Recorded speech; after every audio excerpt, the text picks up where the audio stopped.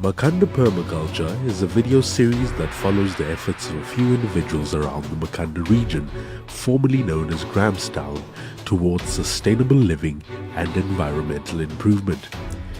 In today's episode, we are going to learn about another food growing method known as aquaponics.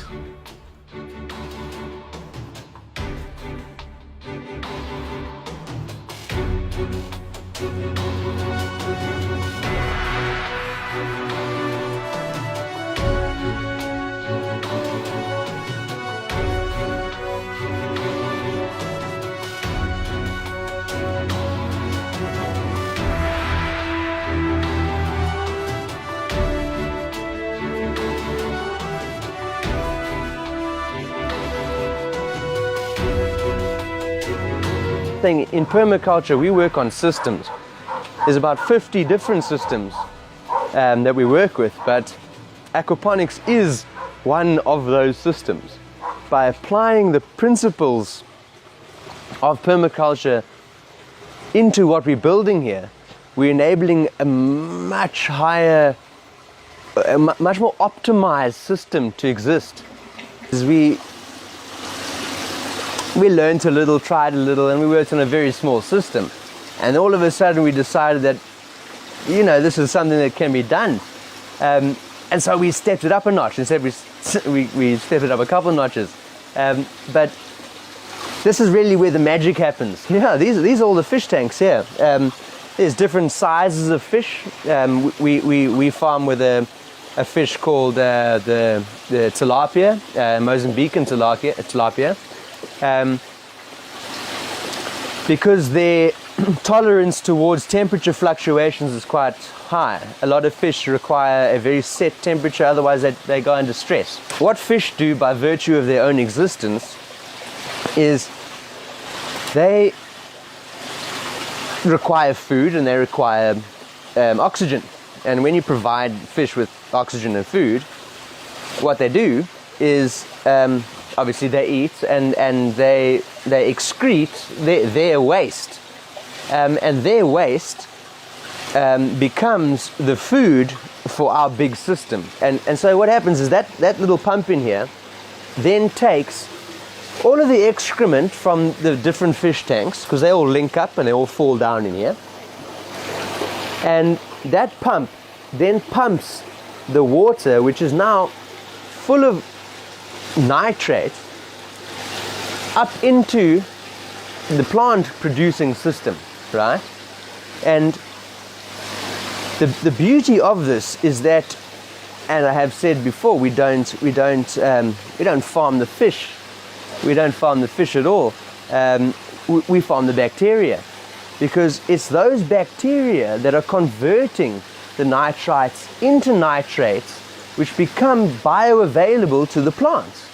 And this is the beginning of it all right? From the fish, small pump, 350 watts I think, will come up out of here, it'll split into a system, and these are our drive lines, okay? We call them our drive lines. So outside from the fish, all of that nitrate dense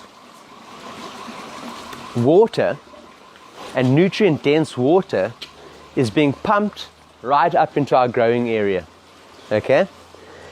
And the rest we work on gravity, because remember, we're trying to operate at a level where the energy requirements for the system are running at a minimal. This running 20,000 odd liters of water, I don't even think we're operating more than 650 watts, okay?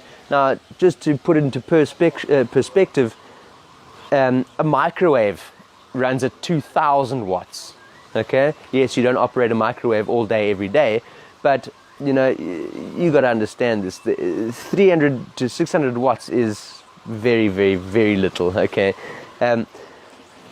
considering what's occurring. So that pump pumps out the water and flows up our drive lines here, and it gets right the way to the top here. And I think we should have a little look at where it all starts off, because it'll make a lot more sense.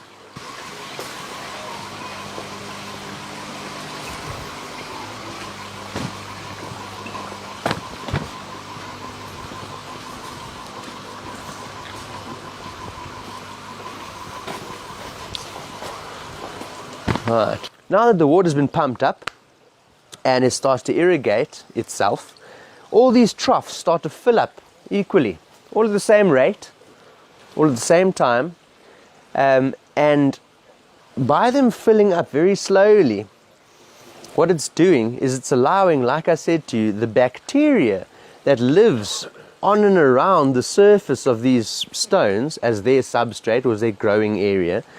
And it's those bacteria that are responsible for the conversion of these nitrites into nitrates. And the nitrates are the nitrogen and hydrogen charged ions that are available, bioavailable to all the plants in different volumes. Hence why we plant different types of plants, because they absorb and retain and use different levels of the nutrients required. So with the nutrient dense water being I suppose irrigated into our troughs, or what we call our media beds, okay, all that happens is it starts to flow at a rate of about, I think we're at 600 liters an hour. Yeah, about 600 liters an hour or something like that. And what happens is quite fun, and this is where it really gets quite fun, because what we've developed is a concept of what they call bell siphons. Okay, now a bell siphon is quite simply something that looks like this. All right, we found some old pipe on a farm, and we drink a lot of fresh juice, and luckily enough we took the bottoms of some of the juice bottles off and made our own ones. But basically how this works is like it's like a cage. Okay, so inside here what we've got is we've got a standpipe, okay, and that water, as I was saying, slowly starts to fill up. Now you can be aware that the top level of stone here is just like a covering layer, but if I dig in here, you can see that right beneath the surface it's wet.